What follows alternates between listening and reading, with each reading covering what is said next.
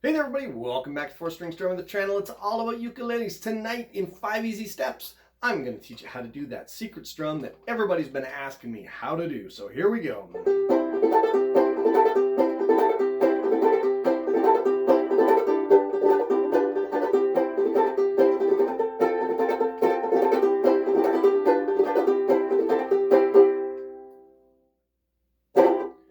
Alright, so probably the most asked question I get when it comes to strumming is, how do you do that banjo strum? How do you get your fingers going fast? How do you get that sound?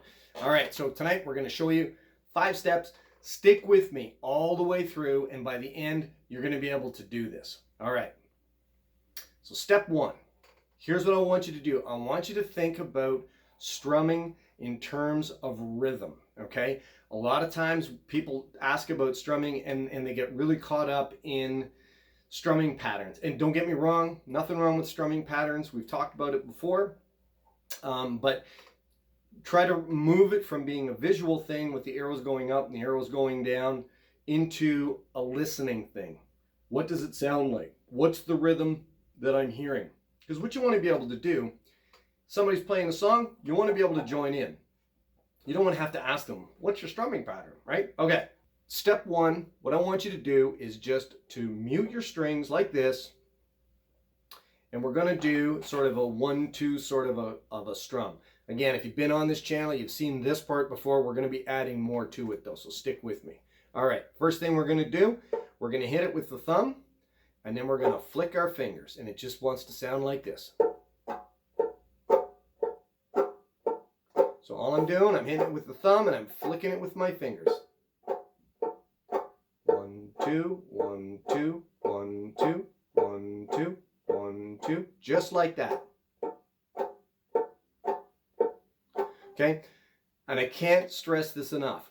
Don't move ahead until you get each step along the way, or you're just going to get frustrated. Okay, if you need to stop, stop and practice this and just try it. Okay, just like that. All right, you got it? If you don't, stop and practice. Okay, so step 2. We've done down, down. Now we're going to go down, down, down, up. Down, down, down, up. Okay, so it's down, down, down, up.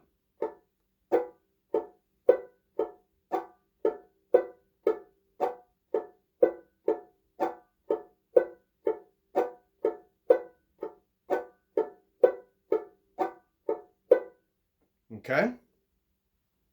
Work on that until you get it down. Okay, step 3. We're going to add another element here. So now we've got 1, 2, 3, and. 1, 2, 3, and. Now we're going to add, the third step is going to be 1, 2, 3, and 4, and. Okay? 1, 2, 3, and. Down with the finger, 4, up with the thumb, and. Your head ready to explode? Okay, again, 1, 2, 3, and. Down with the finger, up with the thumb, 4, and. 1, 2, 3, and 4, and. 1, 2, 3, and 4, and. 1, 2, 3, and 4, and. Practice this up now. Get it down so that you can go, you don't have to go super fast, but that you can continually do this without muffing it too many times. Ready?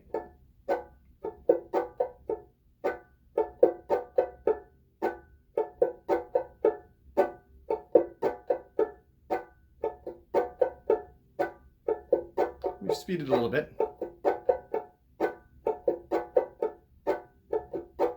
Okay, got it? Awesome. I'll see you at step 4. Step 4, we're going to just do it with our C chord now.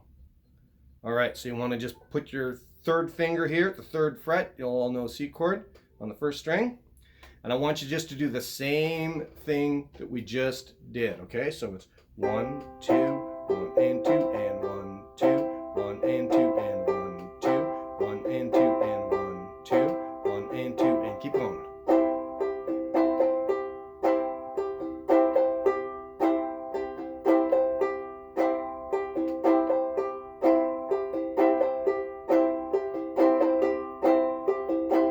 Speed it up. It's fast enough.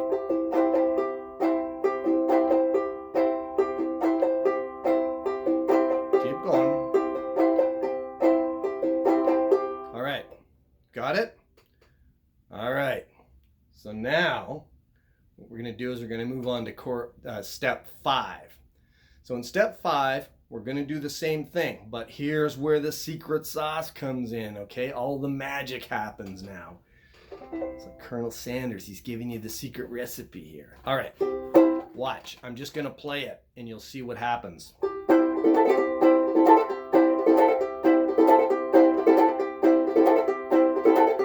See what I'm doing? I'm lifting up this finger. I don't know what you call this. It's sort of a hammer-on thing. I call it chord bouncing. I'm not sure if that's a real thing, but in my world it is, so that's what we're going to call it here. And I'm chord bouncing here, okay? And then when I go, I'll do my G7, and I can do the same thing there as well. And it lets the strings kind of ring in behind. So what's happening is I'm doing 1, 2, 3 and 4 and open. 3 and 4 and I'm bouncing.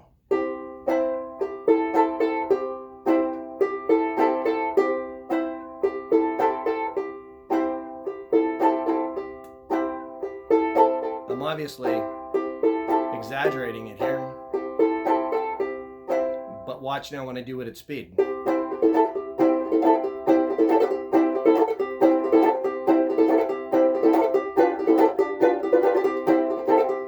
You can see how it starts to build, right? Okay, now you don't have to do this on all the chords you play. You can take a song and just pick a chord. Like you might just want to do it on a C chord, right? So, well, you get a line and I'll get a pole, honey. You get a line and I'll get a pole, baby. You get a line and I'll get a pole. We'll go down to the crowded hole, honey, baby. So I'm really only doing it on the C chord, right? But you can also bounce it on other chords. And the cool thing with the bouncing thing is that you can mute the strings as well if you don't want to bounce it all the way off, and it gives you sort of a percussive kind of a sound, almost like that. You hear guys talking about the chuck or the chunk, and they do it with their wrist. You can also do it at this end with your chording hand, okay? Hear it? I'm not getting that ringing, I'm getting more of a and all I'm doing when I'm bouncing is I'm not coming all the way off. I'm just kind of loosening my grip, getting more of that kind of sound that you got when you were a real beginner and you were trying to really work out a chord. But you can use it to your advantage, right?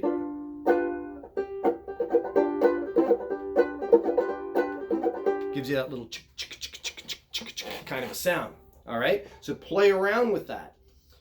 The other thing you can do is once you get going, you can now start to take different parts of this strum and put them all together at different parts of the song. So check this out. So if I played Rocky Top, right?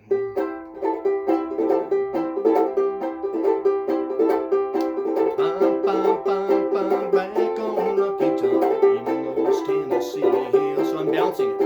La, la, la, la, la,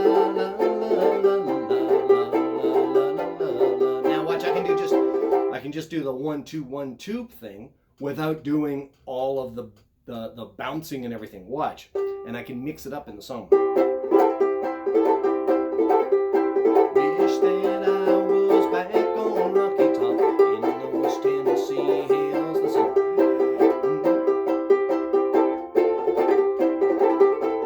See what I did? I just did the clip clop, the bing bong kind of a thing at the wish that I was back on Rocky Top, because it fits that part of the song. So you can mix all these little elements up and you can come out with a completely different feel to the song. All right? All right, cool. It took me a long time to figure out what the heck it was I was doing, because people would ask me, how do you do that strumming thing? And honestly, I didn't know. And I would sit there and I'd do it and I'd play it, but I couldn't slow it down enough that I could figure out what the heck it was that I did. It took me a couple of weeks just to really figure out what I was doing. So anyway, once you see what it is, it's really not that intricate. It's not that difficult. The only thing that you really need to work on, cranking up your speed. So don't get discouraged. Start off like I showed you with the 5 different steps. Take the first step, right? And then get to your next step and then get that going. Just do it with the muted strings while you're sitting there watching TV. Okay? And then when you get it all together, then move to your chord, but do it by the steps. Trust me, you'll get it. This is the most fun strum that you'll do. I love it. And you can just get a song ripping and have a really good time. All right? Any questions at all, drop them into the comment section down below. I'll do my best to help you out. Until we see you next time, keep smiling, keep strumming, and have fun. Bye for now. Well, wish that I was back on Rocky Top in those Tennessee hills.